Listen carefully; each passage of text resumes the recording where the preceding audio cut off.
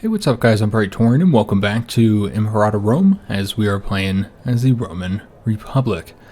So in this episode we will be declaring war on Carthage, but before we do that and continue getting ready for that conflict, because we still got to get our troops moved across the Mediterranean and get them into North Africa.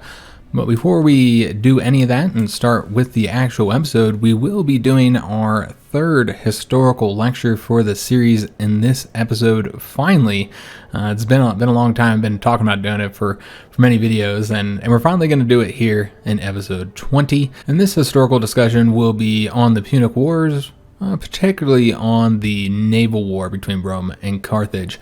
Remember, if you don't want to listen to the lecture and you want to skip straight to the gameplay, scroll down to the comments. There should be a pinned comment with a timestamp that will allow you to skip right past this. Now, in a previous episode, we did discuss the outbreak of the First Punic War, why it started, how it started, and the initial battles of it, so I won't reiterate on that again.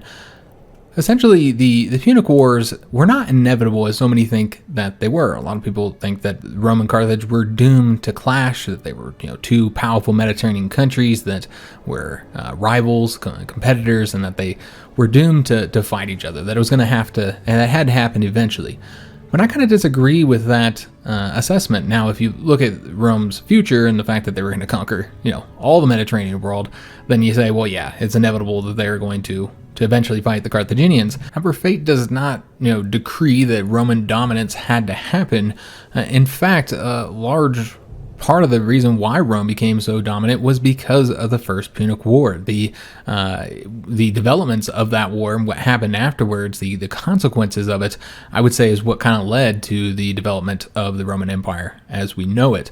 Now, they really weren't rivals. In fact, they were more, I'm going to call them allies, maybe loose allies, than they were rivals. They were trade partners. They had a very different focus for both their economy and their military. Rome was a agricultural based economy with a military focused on the land warfare, while Carthage was more focused on naval warfare when it comes to their military, and their economy was based more off of maritime trade. And so they didn't really have a lot of conflicting interests. They didn't have any actual borders. They had obviously Sicily. Some people would say that they had conflicting interests there, but Rome did not have any intention of conquering Sicily initially. They didn't really see that as their realm of influence, their sphere of influence initially. So there weren't any border tensions. And Carthage had actually helped the Romans when they were fighting the Greeks in Magna Graecia. So they had sent them supplies. They had also sent them weapons. They had been trading with them. And again, there was a sort of loose alliance against the Greeks, both in Magna Graecia and here in Sicily. And so they were kind of loose allies. So conflict between the two states was not inevitable, and it largely happened, as I mentioned in that previous episode, due to the fact that Rome decided to get involved in Sicily. They changed their stance on Sicily, which was largely based off of greed. The Roman Senate was convinced that they can increase both the wealth of Rome, but particularly their own personal wealth, if they answered the call from Messana and assisted them with their problems in their city, which again we talked about before with the mercenaries here. So the Roman decision to get involved in Sicily is essentially what caused the conflict between the two states. That was the First Punic War, and that would be an incredibly long war, 23 years long. So certainly one of the longer Roman conflicts, and it was also very, very costly for Rome. As previously discussed, the Romans landed their troops here in Sicily and had a lot of success initially, but they could not get a decisive victory here in Sicily. The war on the island would actually take place for pretty much the entire conflict. The latter half of the conflict on Sicily was actually led by Hamilcar Barca, who was the father of the famous Hannibal from the Second Punic War. And he used guerrilla tactics to continue the conflict in Sicily here, won a lot of important victories, and played a large role in why the Romans could not get a final victory here in Sicily. That, of course, was the latter half of the conflict. But essentially, one of the big parts of why the Romans could not achieve victory here is due to Carthaginian naval supremacy. The Carthaginians completely controlled the waters around Sicily. They were able to easily send more troops and more supplies from North Africa onto the island, while the Romans had a lot of difficulty getting supplies and more men onto the island. So that was a big part of the reason why the Romans were not able to achieve a final victory here. So therefore, the Romans decided to do something they had never done before and build a large fleet to actually engage the enemy in naval combat. Now, they had engaged in some naval combat before, but typically they didn't really build their own ships and staff their own ships. They usually hired mercenary ships, usually Greek or Phoenician mercenary ships, to do their fighting for them. But now the Romans were going to build their own fleet, and they built an absolutely massive fleet. However, it wasn't a very good fleet. They were not good shipbuilders. They didn't have any real experience in it. They did get a Carthaginian ship, which we had that event over, a shipwrecked Carthaginian ship that they were able to use to kind of base their ship version off of. But they still didn't have any experience as shipbuilders, really, and thus it was still, their version of that ship was still quite a bit inferior to the Carthaginian ships. The Roman ships were heavier and larger and not as maneuverable, which plays a big part in the combat of this time, maneuverability. And I suppose you could say that applies to ships throughout the history of naval combat, but it was particularly true of this period due to the focus on ramming tactics. So in the naval combat of antiquity, the galley combat, they very much were, again, focused on that, the ramming action, and you would attempt to try and maneuver around the enemy ship so that you could ram them in the side. Now, you typically didn't want to ram them straight into the side, because what could often happen is you'd get stuck in the enemy ship, and so it'd be difficult to pull your ram out, and you would then be exposed to another ship ramming you. And so therefore what they typically tried to do is ram at an angle. That way they didn't get jammed into the ship. And ramming at an angle also gave you an additional option. If you couldn't hit the ship straight on and do enough damage, you can instead kind of turn your ship to even more of an angle, so that you would basically slide across the side of the enemy ship, and the goal of this would be to destroy all the enemy oars. And that had two effects. First of all, if they didn't have any more oars, which they usually did have additional ones stowed away that they could replace, but once you did destroy all the oars, or destroyed a lot of them, then they have less rowers, and therefore the enemy ship is going to be slower and it's going to be less maneuverable. But also, when you do slam across the enemy oars like that, what it does to the rowers often would be devastating. It would kill a lot of the rowers. I mean, you could just imagine what would be happening inside those ships. So you could kill a lot of the rowers through that tactic as well. And that's why often when you're ramming, you would try and pull in your oars at the last moment, so you didn't have those broken during the ramming. That was the main tactic of the time, and it did require both well-designed ships that were very maneuverable, as well as a lot of seamanship, particularly when it came to your rowers.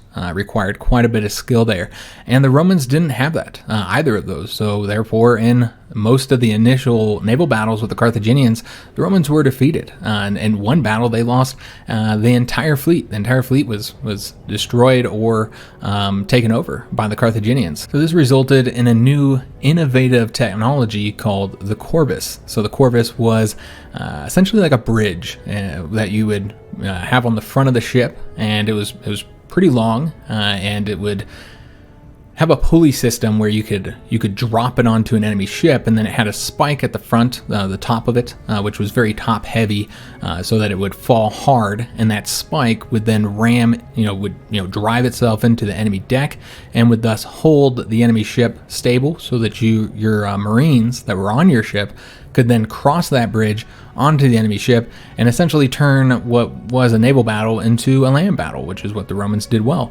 And then those Romans could, go onto the enemy ship and take it over and commandeer the ship, and then use these superior Carthaginian ships, and then use it in a later battle, or even sometimes in that same battle if it hadn't taken too much damage. So the corvus was essentially the innovation that changed the entire outcome of the naval conflict between the Romans and the Carthaginians. The Carthaginians never really had an answer, a response for the corvus. They weren't able to, counter it anyway. Now, they did have one tactic that they did utilize from time to time to counter the corvus, but it was very difficult to do, and it often failed, and that was to You try and sell as close as you can where they can't use their corvus, and try and get them to drop the corvus prematurely, essentially. So you'd have to go at a good speed, so they think that you're about to try and ram them, and then you'd have to stop. You'd have to stop real quick and start rowing backwards to try and slow down, so that hopefully the Romans would drop it and then miss you. And it took a bit of time to reset the corvus, and then you from there would have the ability to try and attack the Roman ship. And so it was a tactic that helped, but overall it was difficult to do, and it just didn't typically work. So with this invention, the momentum in the seas shifted in favor of the Romans. Now, they weren't able to destroy the Carthaginian fleet, but they were able to start winning victories, to start taking over Carthaginian ships, and then using those ships against the Carthaginians with their superior ship design. But even here in the seas, they couldn't get the decisive victory simply because the Carthaginian ships were faster. So when they were defeated, most of the fleet would just sail away, and so therefore they weren't able to completely destroy the Carthaginian fleet. And so they shifted their tactics again. Now, for a time while they were trying to win the naval war, they were focusing here on Sicily, but when they couldn't get a decisive victory, they then moved their focus again to try and invade both Corsica and Sardinia. Those were miserable failures. They never really succeeded in any of their invasions here, or they'd succeed initially, but just not really be able to do much here. Honestly, it was probably a complete waste of time and resources for Rome, and I think that was another thing that played a large role in why they weren't able to get the decisive victory in Sicily, is because they did focus over here on these two islands, and rather than kind of focusing entirely on the Sicilian conflict. So they did not get victory here, so instead they decided to attempt an invasion of Carthage. So they assembled a massive fleet, a fleet of 330 Roman ships, to do this invasion. Both of the two consuls would lead the fleet. They set off from Ostia over here. The Roman fleet sailed to the southern coast of Sicily and picked up quite a few troops here to act as marines for the fleet, and then set sail for Carthage. However, the Carthaginians were well aware of the Roman plan, and thus they also assembled a very large fleet of 350 ships. These two fleets engaged each other not that far off of the southern coast of Sicily here, in what would be called the Battle of Cape Ecnomus, or just the Battle of Ecnomus. And this is one of the largest naval battles in history. Now, as far as the number of ships go, it's definitely one of the largest in history. Probably not the largest, though. However, when it comes to the sheer number of participants, combatants involved, we don't know the exact number, because we don't know how many soldiers were on each ship, but it is often assumed, just based on how many they could each hold and the marines that the Romans had on their ships, and plus they had a full army for the invasion, of course, to actually do that invasion. And so it is assumed that the number of combatants would make it the largest battle in the naval battle in the history of the world, just solely based on the combatants. Each of the two fleets had a tactic that they were going to utilize that they hoped would give them the victory here. The Romans, they assembled in a triangle formation where they had, it looked just like a triangle, and it was kind of like a spear point where they were going to just like ram that into the center of the Carthaginian fleet, with the hope that it would break the center and separate the fleets into two, and then they can engage them separately. And they were also hoping that would just cause chaos among the Carthaginian fleet. They also, behind the triangle, they had another line, very large line of ships as reserve, to plug any holes and to just go where they're needed. The Carthaginian tactic was to assemble in just one straight line, and they had intentionally made a weakened center to use a tactic that Hannibal himself would later use in the Battle of Cannae, in a land battle of Cannae. The very famous battle where he, intentionally had a weakened center and allowed the Roman army to push it forward so that the flanks would, basically envelop the Roman army and eventually wipe it out. And some say that Hannibal got this tactic from this battle. Whether he did or he didn't, this same tactic was used in Ecnomus by the Carthaginians. They intentionally allowed their center to be weak, and thus the when the Roman fleet hit them and did, dismantle the center. And again, that was part of their plan. And then the flanks were able to try and attempt to surround the Roman fleet. They were able to separate them and turn it into 3 separate conflicts, essentially 3 separate battles. And being how large and significant this battle was, we could talk about this for an entire lecture. We'll just say that there was 3 different battles of them. The Romans won them all eventually, and the corvus played a large role in that. But another part of it, there was one of those 3 battles where the Romans were weakest, and they should have easily been defeated in that one, because it was actually their weaker ships, their ships that were more for transporting the invasion force, particularly the horses, the cavalry. So that part of the battle was only not turned into an easy Carthaginian victory because the Roman fleet put their backs to the coast here. And so because they had the backs to the coast, the Carthaginians couldn't use their typical tactic, which was to use their higher speed and maneuverability to get behind the Roman fleet and then, hit them on their oars or actually ran the ship and try and destroy it. And the important part of attacking from the back is that the corvus did not have the range to be utilized if the Carthaginian fleets were attacking from the back. It could only be used if they attacked from the front or, the front angle, because it did have the ability to turn quite a bit. So by attacking from the back, they would basically make it so that Romans couldn't use the corvus. But because the Roman ships were able to go up along the coast, they weren't able to use that tactic, and they were able to hold off until the Romans won the other 2 battles, and they came and assisted them. And it was a massive victory for the Romans. The Carthaginians lost a third of their fleet, which was either completely sunk or captured by the Romans. And again, their higher speed was the only reason why the rest of the Carthaginian fleet was able to escape. But yeah, massive victory for the Romans. They were from there able to invade into Carthage. They hit right around here somewhere with the attempt to go take the capital city. Fortunately, we don't have time to go into all the little battles that happened there, but essentially they were defeated and the Romans had to retreat. That resulted in another naval battle when the Carthaginians tried to stop that retreat. And again, the Romans were able to achieve victory, and a large part of that was because of the corvus. So the Roman fleet with the Roman army on board was able to successfully retreat.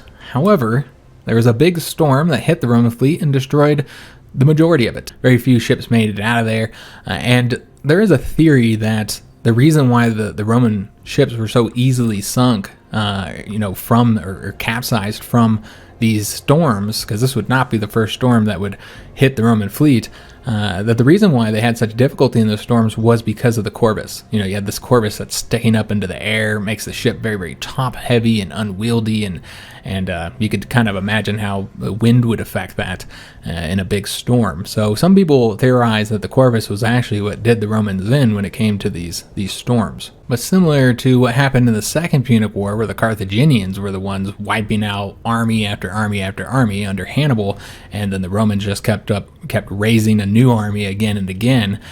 You had the same situation here in the First Punic War with the naval battles, though it was mostly the weather that was destroying the Roman ships.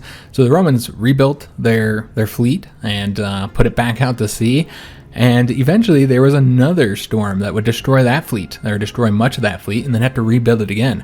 And so the important aspect here, because the Romans rebuilt their fleet 3 times total, if you count the fact that the Carthaginians wiped out much of the fleet initially. And so they had to completely rebuild their fleet 3 times. You could even count the 4th time where they lost half of their fleet.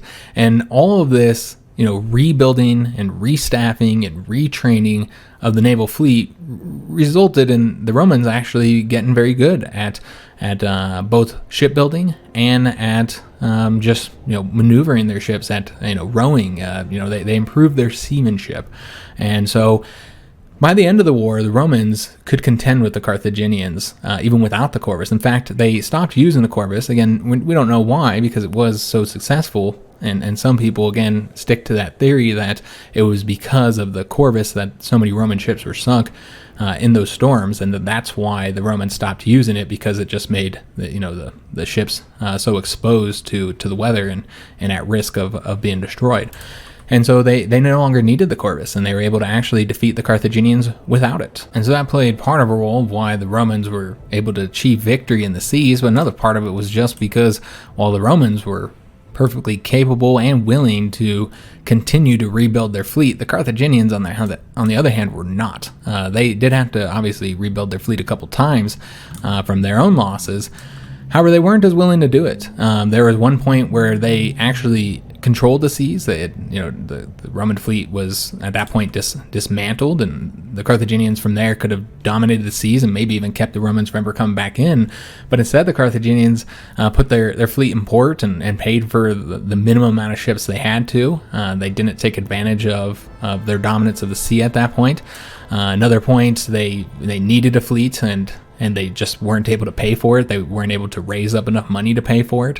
And so I think that was really what resulted in the Roman victory in the seas, was the fact that they're willing to continue to pay for and invest in rebuilding the fleet after it was destroyed, while the Carthaginians either weren't able to due to lack of funds or just weren't willing to. The Romans would invade North Africa again. Hamilcar would be pulled out of Sicily, who he still had not yet been defeated here in Sicily.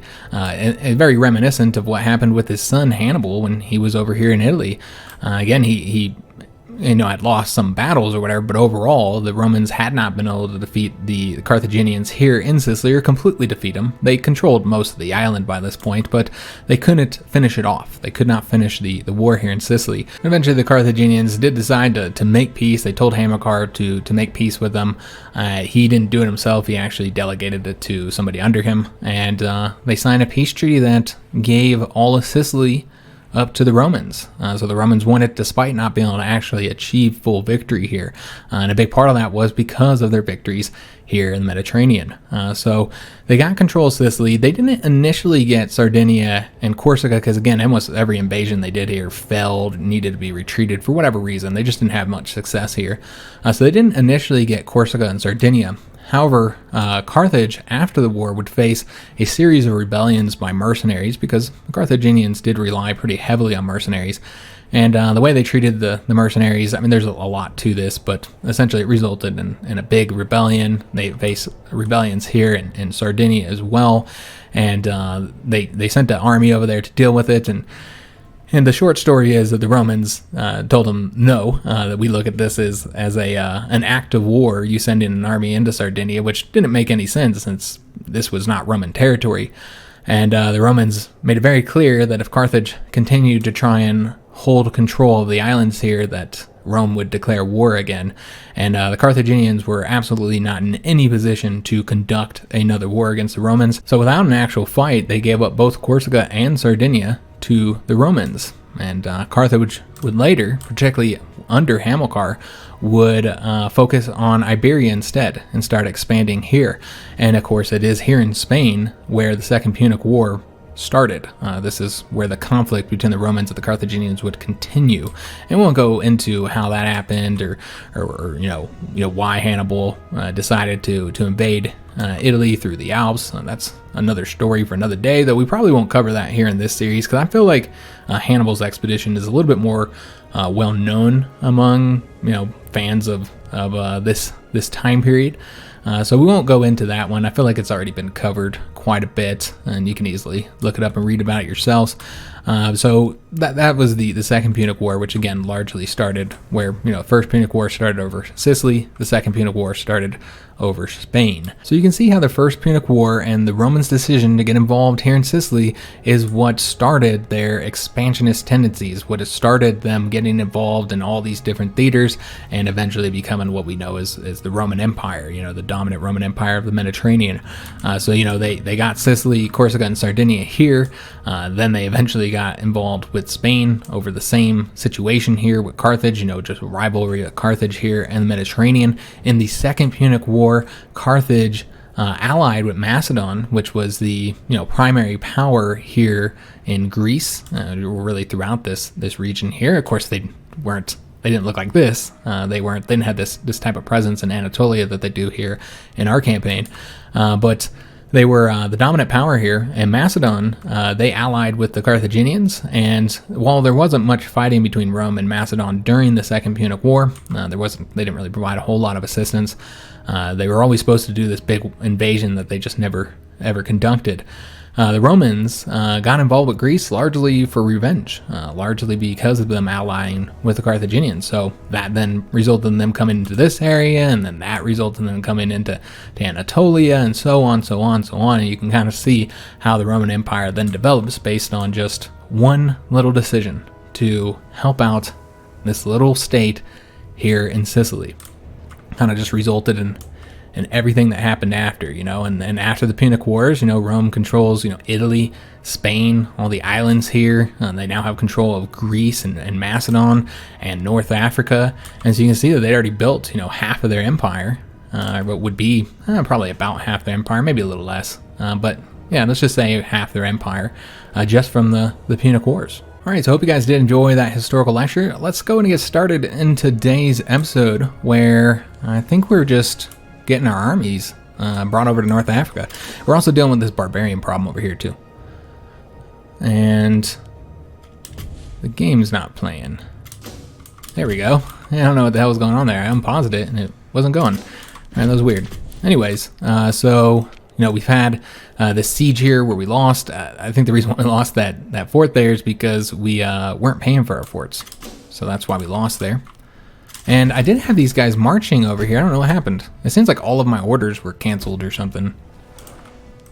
I'm not entirely sure, because yeah, we did have those guys marching up there. All right, well, that's my bad. I didn't realize they weren't marching anymore. So yeah, we're like losing a ton of territory up here because of that. Let's go ahead and get these guys embarked. Although, I think we're going to wait. We're just going to send the entire army over there. These guys should be done soon. And yeah, they're just taking everything over here, causing us all kinds of problems. And we have a shipwrecked ship here, so we can say how awful. We're going to lose 172 gold. And Tiberius, who's nobody, is going to gain loyalty. We can say, let me see here. Yeah, this is actually the disloyal character, so we could make it so we don't have any disloyal characters anymore. That's a pretty expensive option, though. We say there are more pressing concerns. He'll actually lose loyalty, and he will lose money, or we can offer to buy up his failing trade empire, in which case we will lose a bunch of money, but that province will get a import route. Yeah, I think we're gonna say this one here, guys. That's just too much money. That's just way too much money. And he's our only disloyal character right now, so it's not that much of a problem. Yeah, let's go and get these guys moving into here. We're going to try and attack the army first. Actually, you know what? We have to attack the... yeah, we're going to have to siege first. I suppose we'll go ahead and order an assault here, because, yeah, I don't think it's going to be a problem doing that. Let's go ahead and now try and engage these guys here. I need to turn this down a little bit because it's going so damn fast. We might want to wait until our morale gets a little bit higher. I know that we don't technically need to.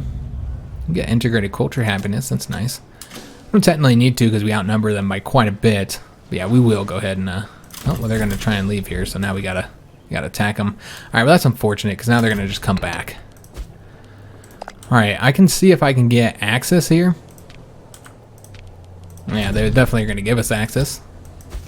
Let's go ahead and attack them here. Get this army destroyed. Alright, it'd be better if they had attacked us, but whatever.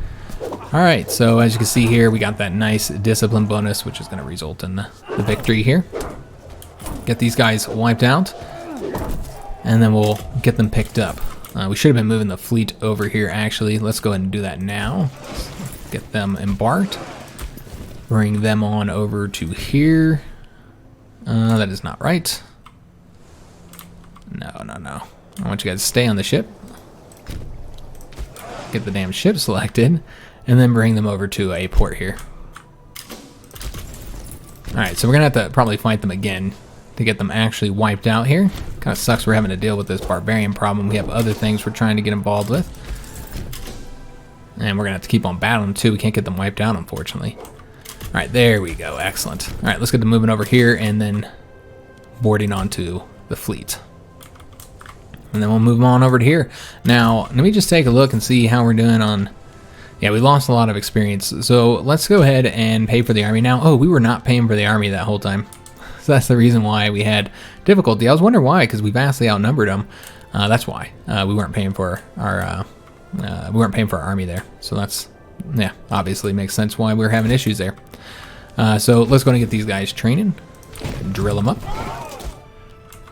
Now we do have some money, so let's go ahead and spend that money. We are going to continue to get the grand theaters in our city here. Let's go and get that one. Although, you know what? Let's not do it there. We have these provinces that are disloyal, and so it would make more sense to do it here to get the grand theaters here. Now we already have one here, so let's go ahead and do one right here. We'll have to remove a building. Let's remove the. I like the pomp assimilation speed that we're getting from that. Let's remove the training camp. Oh, they're disloyal, so we can't remove buildings. Yeah, that makes sense. All right, so we can't do that then. All right, I was going to try and get the theater there, but they'd have to essentially have a building slot open. Even then, yeah, we wouldn't be able to build it because they're too disloyal. So yeah, no way to do it there. So instead, we'll just build here. I'm going to get our grand theater here. All right. So yeah, we're just getting the troops here. Just going to get them embarked, although I don't have them selected. All right, and let's go ahead and bring the fleet on over to North Africa. And then we'll attack the Carthaginians. We'll have to raise up our army here as well. We'll likely go ahead and move these guys down to where we want to invade so we can do like a lightning war here. Oh yes, that's right. We are going to move one of these armies over to here, over to Iberia. Now, we do have a scorned family here. I don't know who died. I didn't see that. Maybe I'm not seeing any like. The only thing I can assume is that it was a legate. I'm not entirely sure. But yeah, we could go and appoint somebody here. We got a level 7 guy here. We also got a level 9. How good are all these leaders here? Got a 10, a 7, and a 10. Okay, so with this, we can go and just do it for a family member. And we're looking at somebody from the Claudii. Alright, just get them appeased. And as soon as these guys get here, we'll then move the army over to here on the fleet. And we're not getting hemp in one of our provinces here. Oh, that looks like this in the capital. Okay, so we need to trade. Well, we need dyes here. We also need earthenware. So yeah, we need both of those. We only get one. The earthenware, of course, is getting that national freeman output, and the dyes were granting the national noble happiness. I think we should go with that, but there's nothing to trade for here, so I think we're gonna have to cancel again. It's kind of a bummer we have to keep doing this, but all right. So we want to go to exports, sort by trade goods, and then go ahead and get rid of one of these here. Supposed to do. Where's this one going to? I want to say that this one here is not the one going to the capital, so yeah, let's go ahead and, I guess, yeah, it can't be, it's export here. So let's go ahead and now trade for those dyes. Though we can't because they're too disloyal too. Alright, so frankly, that event, man, that gave us that, that loyalty issue, man, that could end up causing like a big old rebellion. Well, it's kind of serious. That was a very negative option, but you know what? There wasn't a good option there. No matter what we picked would have resulted in some problems. Alright, so these guys will get here, and then we'll have to put one of the armies back on. But you can see that we have 52,000 men, and that's not even counting the army of North Africa, which is fairly large now at this point. And I think we're going to use the consul's army here. So let's have them selected, embark on the fleet, and then let's get this fleet moved on over to here. And we will just hit this location here and then just kind of sweep across. Or actually just this location. I don't know where their capital province is. Let's bring them over here. Of course, this is not within our naval distance, so that's going to have that penalty. Yeah, I'm not seeing where the capital is. Maybe we'll see that once we actually declare war on them. Alright, so the fleet is moving over there. Let's go ahead and get our armies moving. So we're going to want, see how we want to do this. So we're definitely going to want to invade this way, and we're going to want to invade this way. We have a one fort right there that we can see, and then we want to sweep across the coast here. Alright, so we're going to want 2 armies down here, and 1 army on this side. So let's go ahead and send, I don't know what the army in Africa looks like exactly, so let's go ahead and get them raised up. Remember, we're leaving these 4,000 here, and we're going to be raising these guys up with their elephants. And where are they? Did they raise up here? Yep, they raised up right here. All right, so they have 12,000 men, so let's bring them down here. And then these guys will come on over to here. And then the actual legion is going to be moving over to here. Alright, so everybody will get to moving, and we'll be declaring war here as soon as the fleet is in place. And technically, they don't even have to be in place, honestly. We don't want to trade those dies away right now. We need to get this damn loyalty situation dealt with. I think that's going to continue to be a problem, though, until that modifier goes away, which I think we have it for a long time. And we did have some barbarians raiding up here. Yeah, I hate when you have the barbarian issues. Might just have to like try and buy them off or something. Yeah, we're not trading any of these dies away. Alright, so just waiting for those guys to get on over there. Let's also make sure that we're not... Yeah, that's a massive problem, that army there. The barbarians, man. The barbarians. So let me just make sure nobody's like losing food here. That we still have plenty of food to feed everybody. Yeah, that loyalty is just so bad right now, guys. And they're just going to keep on bugging us with that. So these guys are almost here, so this is good enough. Let's go ahead and declare war, guys. So we're going to be going after... I think we're going to go after this location here. Again, that will obviously be taking a lot more than just that. Alright. And we will no longer be able to get those resources that we're trading with the Carthaginians for. So that's a lot of these here in the capital, unfortunately. So we'll go ahead and see if we can't find some resources from other locations, other countries, or our own provinces to improve that. So obviously earthenware and dye is still an issue here, but I want to say, actually we can do this location for the earthenware. But I want to say that, yeah, we lost something we were getting. I'm not sure what it was, though. Obviously not the incense here. Do we have, yeah, we have the fish. We're just going to look across all of our stuff to see what we have here and what we don't. Because we clearly lost a bonus. I'm not sure what it was, though. We do have the iron, of course. The spices. We did lose the spices, completely lost the spices. There's no trade routes for those, though. Let's see what else we got here. Glass? Was glass it? No, glass wasn't it. Alright, well, we still have 3 trade routes open. I'm not sure what we lost here. Was it furs? No, it wasn't furs or olives. Huh, I'm not entirely sure what we lost the bonus to. Obviously dyes, we know that that's an issue. And in fact, we 2 of those go to dyes. And so that's 2 of the ones we're missing, but I'm not entirely sure what the other ones we're missing. Yeah, we weren't doing base metals. Yeah, I'm not sure. I'm not sure which one we lost. But let's go ahead and get this war started. We're at war, guys. So let's go ahead and attack here. Actually, you know what? We're going to just want to go straight over to the capital location. They don't have any forts here, what I see. Yeah, no forts located here. Obviously, this is the province that has the 2 fortifications, and this province here doesn't have any. This state here, I mean. So let's go ahead and go after the capital here, and then here we have to take both of these forts, so might as well go ahead and start right there. I assume we won't be able to do all these sieges before we have to engage in an actual battle. And we're just waiting for these guys to get here so that the army can attack. You know, we'll just have them attack right there, actually. And then as soon as they have landed, we're going to want to get our ships moved to kind of help out in a siege.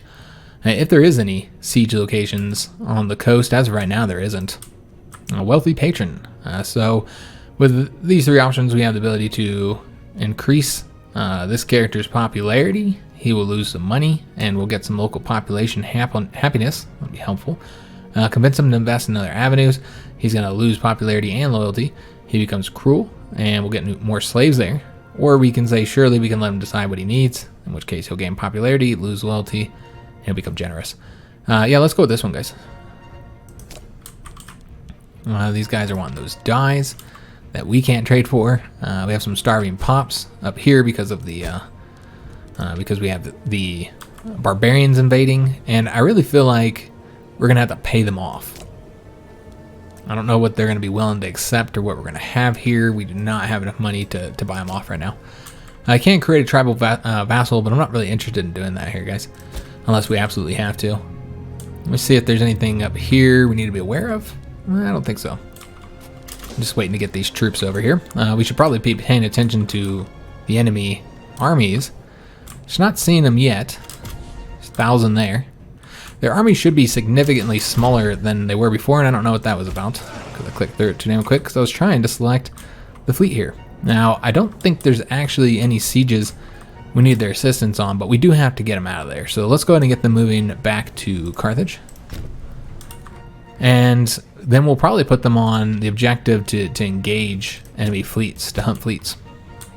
Just because I don't really want to, we know we can defeat whatever they have. And I don't want to micromanage it. Because, you know, obviously it's not as efficient for us. So we have sacked over here, and see what we want to do here. We are going to take this over. So it makes sense to, and then we also have problems with more people becoming loyal, but this is the consul, so I'm okay with that. I think we're going to go with the let the men roam freely here. Yeah, we need the money, guys. Alright, so this will result in these locations all flipping over to us. And so we can go ahead and march straight on over to the next capital location. This will get all this for us, and then we'll actually have to engage in some sieges. And we'll just have to see where the enemy throws their troops. If they were smart, they would destroy this army first, since it's on its lonesome. Can't be supported by our other armies, it's just too far away. And so that's what they would be best off doing. They can't defeat us with just any one army, though, because I think all of our armies are going to be too powerful for them. Yeah, they're just going to keep on asking for those damn dies. And so they're going to have multiple armies. And because we're all separated like this, it is completely possible for them to do that. Let's go ahead and get these guys marching down to here. I'm going to try and get control of all this again, so we don't have to mess around with that. And these two armies are the ones that are going to have to support each other. We'll just see if that ends up working out. We're going to take this location here, and then we're going to move them down this way. Get them back into our territory to support the Legion there, and to also defend our territory here. And here we are having more issues. Now, they have to take this fort in order to keep any province they take. It'll just be flipped back over to us.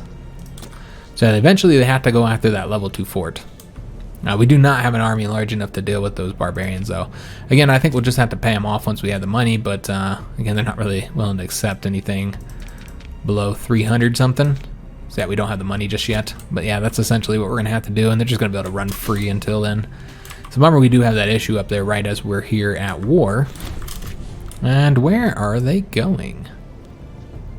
Not sure where they're going. We are having more trouble with the trade. Now we're not getting the fur bonus, and there's no fur available for trade either. Yeah, real bummer. A lot of troubles with the trade routes here, guys. Okay. Again, nothing really to be done about it right now. As long as we're having these disloyal provinces, and they just keep getting more and more disloyal. We got a lot of issues here. Remember, if any of them hit 0, then we have a rebellion there. And there's not really any way to deal with it, because, you know, we can't build there. Can't build the provinces. So these locations, when does that modifier be removed? 535, 8 more years. That's negative 25% for the local population happiness. So that's hitting us pretty hard, guys. Yeah. So until we lose that 8 years from now, and they could easily rebel by that point. Now I can continue to try importing, which is what I've been trying to do here. It's just importing stuff to try and fix the situation, trying to get the happiness up higher. But there's not really much to import, unfortunately. Get some cloth here. But yeah, there's not a lot of like options for importing. Alright, so they're attacking over that way. Let's actually go and slow this down just a little bit, since we have all our armies in different locations everywhere. So yeah, we'll have to seize that location and this location, and then all this will go into our hands. It's a bummer we got this army way over here.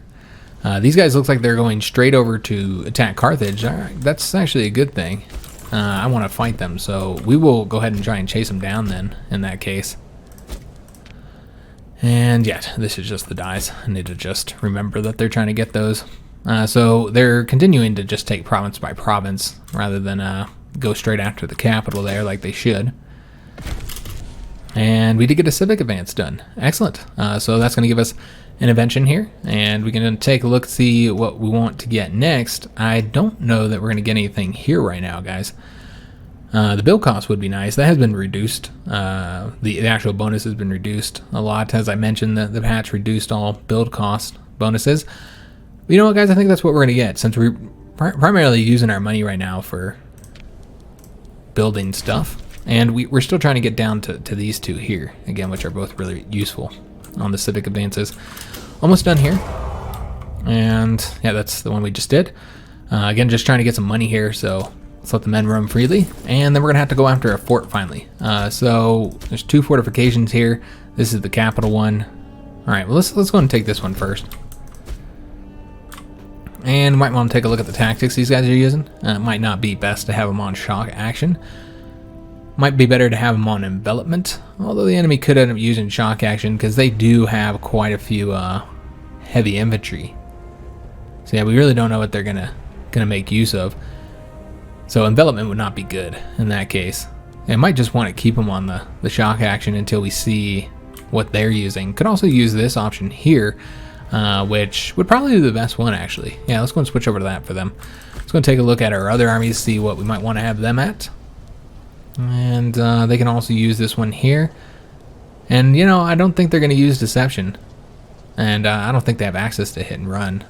So it might be best to use that one for these particular armies. The Legion's going to be in a different situation, but we'll take a look at what we want to put them on. But probably bottleneck. Could end up running into the skirmishing, of course. This is what they would be best at, though. And then this army here. Let's see what we want them to do. Yeah, probably continue with this. Okay. So we'll take that over. These guys are still moving towards Carthage. And so we'll likely engage them there. Maybe they'll go towards this fort. I don't know. Hard to say exactly where they're going to go. They're wanting furs. We're not going to trade for that because that's our own furs that we want. And nice. So they actually got the... okay, so that's from the siege here. They actually got the dedication that we had before and that we lost. Though you see the text is actually broken here. But that increases the siege ability and gives them the +1 on the siege engineers. Remember we had gotten that before and then I had to reload the save because of that bug. And so we lost it, but now we have it back. So that's good. And it actually works this time too, because apparently, again, I don't think any of them were working before. Let's move the Legion over here and work on that siege. I should be able to complete that fairly quickly. We're also done over here, so let's go ahead and move over to this location, get that siege done. All right, looking good, guys. Only 5,000 men here. It is a Legion. We could wipe them out real quick, and I think I almost want to, but we can't because of the... yeah, we'd have to go all the way around here. I would really like to battle them, though, before we do this siege. I want to see if we can't engage them. I don't want them to come over here and take all this over, so let's see if we can't fight them. And then we'll also dip back over to here real quick. Make sure we're not being attacked anywhere. We'll engage those guys easy enough. And let's go ahead and go after them here. Attack them in Carthage.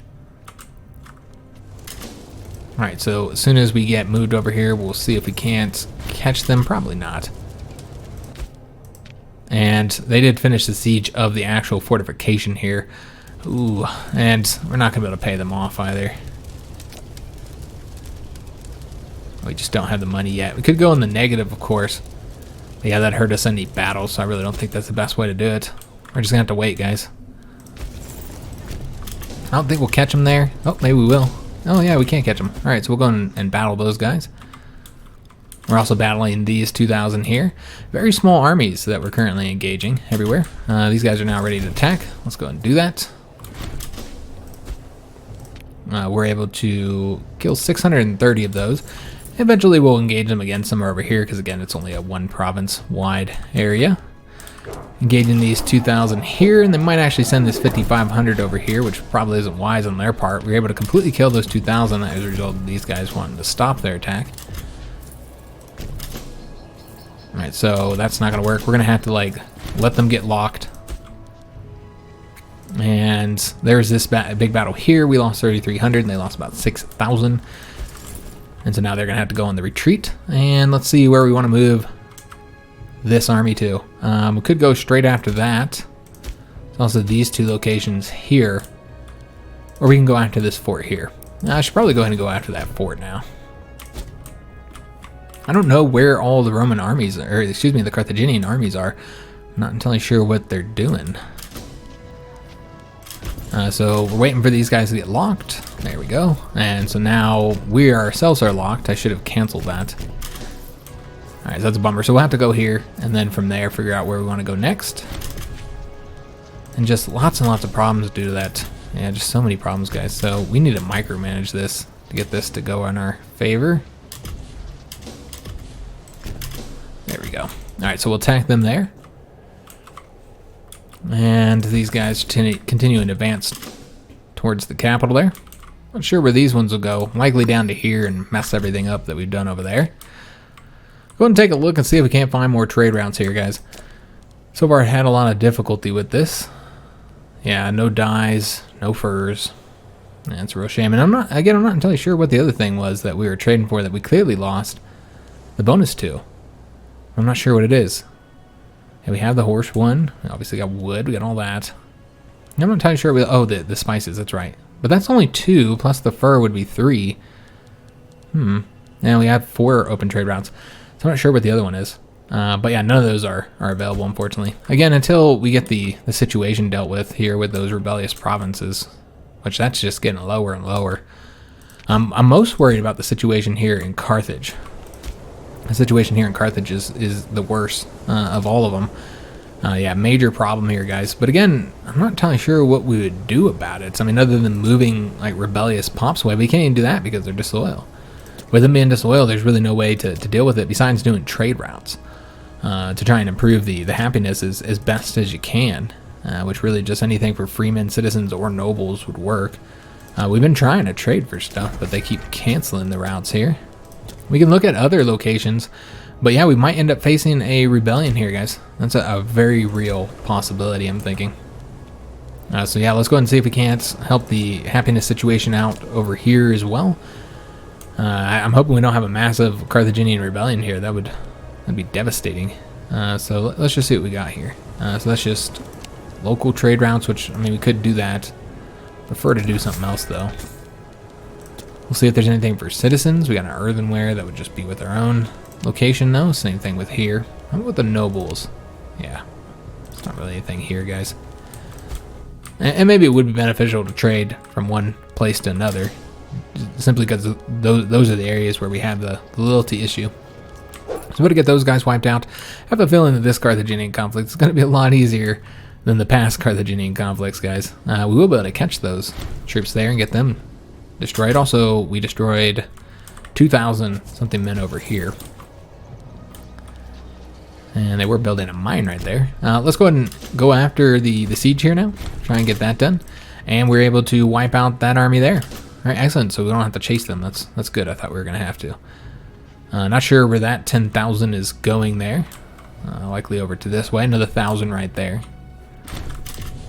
And we were able to finish this siege finally. Excellent. So all this is going to flip over to us. Let's go and grab this location here. I'm really hoping we can catch those troops that were retreating over this way. Of course, getting the stability up higher is going to help a lot as well towards getting these the loyalty up here. And you know what? Let's go ahead and do another ritual here. Just try and get that stability up, because God, it's so low. Also, the aggressive expansion being burned off is going to help a lot in that regard too. So we're done here. Let's go now get these guys marching. Ooh, maybe over to here or something. So yeah, we were actually able to engage them there. They retreated to that capital location. Awesome. Yeah, that's good. We might not be able to wipe them out because there's just too many of them. Yeah, force the retreat over that way. All right, so everything's going quite well in this war so far. I don't know how much we'll actually be able to get in the treaty, but what I want to do is get the coastline all the way down to here. That's a goal. We definitely want that one. That's what the war is over. And we have to get at least one location here in Spain so that we can continue that mission tree. So that's what our goals are going to be there. Let's go and get these guys moving over to here. They're going over to that location there. And yeah, we'll just put a sweep across with these 3 armies here with not having to worry about anything behind us now. I almost don't want to play for our fleet because we could save a lot of money if we weren't. Let's see if we can if we can pay these guys off yet. They want 338, which we have. So let's go ahead and pay them off and get them the hell out of here. So we don't continue to have those issues up there. It's such a bummer we had to throw so much money at them for that, but it is what it is, man. We don't have any armies to deal with them there because we're too busy in this conflict. 9,000 there, so it's good that we got this other army marching up. This siege is done. We have to do another one in the nearby province in order to get control of the state there. And yeah, we'll take over as much as we can over there. Thought I saw another army there. There is. There's another army here.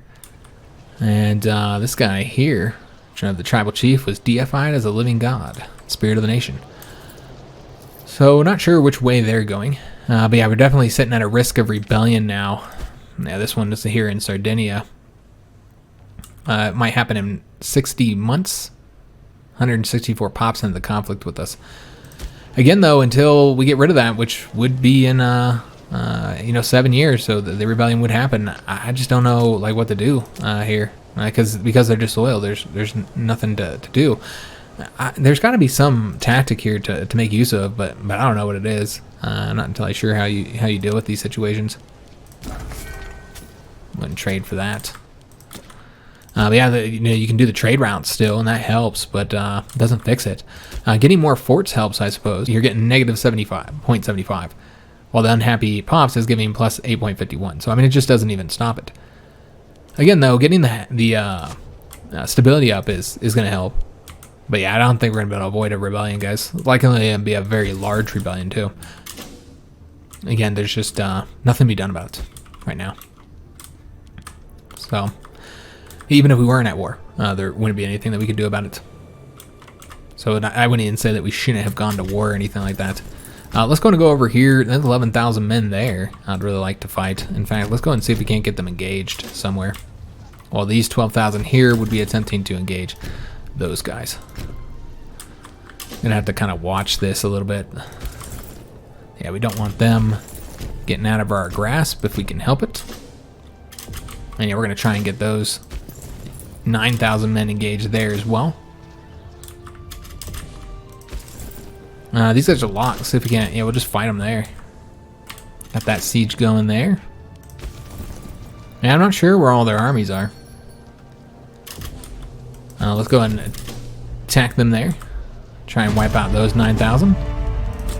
And did we just get another designation? It seems like we did. We'll have to take a look at that there. So that was in this battle here. Killed 17, almost 1,800. Lost 249. Alright, so let's go ahead and march down to here to try and cut off the troops that will likely retreat from here over that way. Though they probably won't retreat to that location. I assume they'll go way back here. And they want to import wine. Sure, why not? Let's go ahead and take a look, see if we can't find another route. I'm going to keep on peeking at this, seeing if we can find anything, if anything pops up here. And no, that's no. Alright. Again, could just do any trade route, I suppose. Alright, so that one's got a ways to go. So does that one. And I'm not sure where those guys are going to retreat to. So maybe over to here, perhaps. Yeah, so far this has been incredibly easy. Alright, so they're on the retreat now. So we want to take this location back, and then we'll come over here. It seems that this is not going to be needed. We'll just go and have them advance to the next fortification here. Yeah, I'm not sure where they're going, but probably pretty far, I would imagine. Alright, so once these guys are done here, then we'll then attack over this way. Okay, so everything's going good. My goal here is to get the war ended before this, what seems like an inevitable rebellion. Because again, I don't know how to stop it. We're just losing so much loyalty with everybody. Yeah, most likely gonna face that rebellion here, and it's gonna be wide. It's gonna be a massive rebellion, guys. I suppose one option is if we went into the cultures here. I mean, a lot of these areas have, a lot of Punic people, so you could even give them some type of bonus here to help this out and increase the culture happiness. We could create the honor guard here. That's going to increase the loyalty of all those provinces. Not enough though to stop the rebellion probably, and not enough to get them where they're loyal enough that we can like change up the buildings and stuff. But it'd help. It's also increase happiness. A Punic warrior will join our court. A new character appears in Rome. Yeah, let's go ahead and do that, guys. That would help. So let's go ahead and create the honor guard here. And we get a character named Hannibal, and he's friends with our consul. And he's okay. He's not like the historical Hannibal. He's level 9 for the marshal. But he is a friend, so that's helpful. Alright, so we got the honor guard created. That's going to boost up the happiness a bit as well by small amounts. And not be enough to stop the rebellion, unfortunately. Well, I mean, we don't have the rebellion thing, but again, this is just going to continue to tick down. Yeah, just going to continue to tick down here and cause us problems. Yeah, they're still too disloyal in order to construct anything here. Alright, so that's a bummer. They don't even have anything to build here, but we could delete something. But yeah, still not able to do anything there just yet. Seems like the loyalty is still too low. I'm not sure where the loyalty has to be at to be able to do something, to be able to mess with the province. Yeah, you can see here, we don't even have any money anyway, so yeah, just lots of problems, guys. But that improved it some. It might be enough eventually to avoid the conflict. What does that see? Alright, so let's go ahead and move these guys next. They'll come on up to here, I think.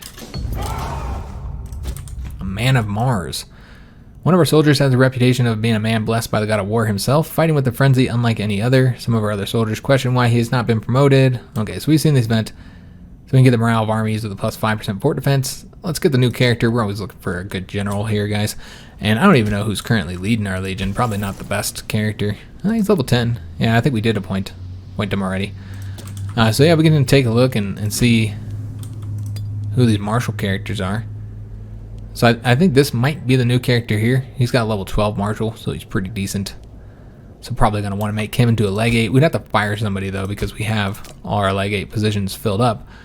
So yeah, we'll maybe make use of him a little bit later. He's a young man. He can wait. He can wait for his appointment. So that is over here, and so we're going to try and just get the money, man. We need the money. So with that siege won, we still have to win here, again, to get control of all this. We're going to have to attack those guys as well. Let's see if we can't get them engaged there. Yes, we can. All right, excellent. So we're going to want to battle those guys. Let's take a look at the situation up here. All this is converting over to us. And this researcher died of dysentery. This is a terrible way to go, man. Just pooping yourself to death? I can't imagine that. I mean, could just make him the... I mean, I think this guy would probably be the better character, though, for it. Yeah, we'll go and put him in place. Hannibal. This is the new character we just got, actually. And he's not as high as on the martial advances that I'd want. Okay, I thought he was... I read that wrong. I thought he was level 10. He's level 9, though. So yeah, this guy would probably be the better option there, but he's our best as far as martial go. So I think it would be better. They have more troops there this time. So I think it would be better to have him as a general. So we did finish up this siege. Excellent. That was nice and quick. The Legion just knocks out these sieges ridiculously quick. All right, so with that, we lost 1,400. They lost 3,300. So good victory for us. As far as... I think we have complete control of this, don't we? Yeah, we have complete control, so now we can move back on over to here. And let's just go here for now. We'll try and get those 2,000 engaged. It looks like they're going to go on the retreat. All right, so we have to dip back on over here. A little bit. All right, so these guys, they're going up that direction. This siege here is almost done. So this will get us control of all this. That got us control of all that. Let's go move on over to here. And just, yeah, very easy conflict. Quite a bit different than the way our previous conflict went. Quite a bit different. All right, so let's go and go over here. We're clearly going to have to go chase those 2,000 men down and get them trapped if we can. And that's where the army is. Okay, so clearly these guys aren't going to be able to do it on their own. Well, I think this army just... Wasn't there another enemy army? Okay, they're all right here now. All right, so they're retreating. All right, well, that's fine. We'll go over here then. And we've also taken this province over. So next is that location. Let's go move on up over to there. And yeah, super easy conflict so far, guys. That's how we want it. We want it to go nice and easy because we got our own problems here domestically. So having this conflict be nice and easy is a good thing for us. 18,000 total men over there. They might come over here and attempt to engage these guys. Yep, and also might want to try and fight those 10,000 with the Legion here. Get a good victory there. That should be nice and easy. Let's go ahead and now move down to here, since we got to get those 8,000 engaged. And we did finish up this battle as well, so they're now on the retreat. Let's go ahead and move on over to here. Now, siege is not quite done yet. Hopefully soon. This is done. Let's go ahead and march over and attack those guys. We'll have to engage that 7,000 eventually too, but let's take out them first. I don't want them taking all that territory over. You know, we just got 500 men roaming around on our territory here. Alright, so we're trying to engage these guys here. It's about to go this way. And yeah, the siege is taking forever. They've not had a lot of luck there getting that finished up. There we go. Finally, about time. Alright, so we're going to try and get these guys destroyed here. Also need to engage that 500 men there. Alright, so we got them on the run. And I think those guys are going to retreat right over to the army that just defeated them. Still trying to chase these guys down as well. Alright, looks like we're going to have a battle there. We're able to get them wiped out. Maybe not. Nope, not quite yet. Looks like they... Oh, yep, we did get them. Alright, excellent. And with that, we killed 700 men. Not quite as many I'd want. We also finished up that battle too. I should end up flipping over all this if there's no forts, which there actually is a fort, so we're going to have to move on over there. They have 16,000 men here, but we got plenty enough to deal with them. Let's go ahead and go over this way and try and get them engaged. And yeah, we're going to go and attack these guys here. Get them destroyed. Then we'll have to come over here and fight those guys. But yeah, so far, everything's going quite well. Now those guys are moving up this way, so we're going to have to try and chase them down. And just try and get them engaged. Get them surrounded. Wiped out those 2,000 men. Excellent. So now we got to retake the damn capital there and then come back over here and fight these guys again. And we were able to completely wipe out the 9,100 men that attacked here. You know, that retreated over there. So that worked out quite nicely, and that was a big part of that was because of their very, very low morale. Alright, so now just trying to get these 20-something thousand men here engaged. Very, very low morale, so even just 12,000 could probably defeat them. Alright, so we'll be fighting them there. And they'll outnumber us. But I feel pretty good about it, so even though we'll have the they'll have the train bonus. We'll try and see if we can't get these men over here to help just in case. But pretty much the war is over, guys. We don't need to fight this anymore. We already have the full points here. And we probably aren't going to be able to get this much. I highly doubt we'll be able to get all this territory, nor I don't know that we would want to. The aggressive expansion is pretty bad as it is. We've been having lots of trouble with that. So that's something to consider. Yeah, we might just want to go and make peace now. And we got a victory here, guys. This is a clear victory. So let's go ahead and take a look, see what we can get. Sure, this is reset here, and then yeah, just go and take over all this here. That's only 44 points right there, so that's not bad. Remember, we have to get territory over here.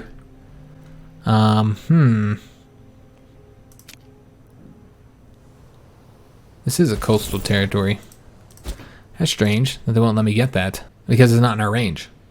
Oh, wow. All right, so that sucks. Yeah, we can't get engaged over here. Yeah, that's a real bummer because of the fact that we're not.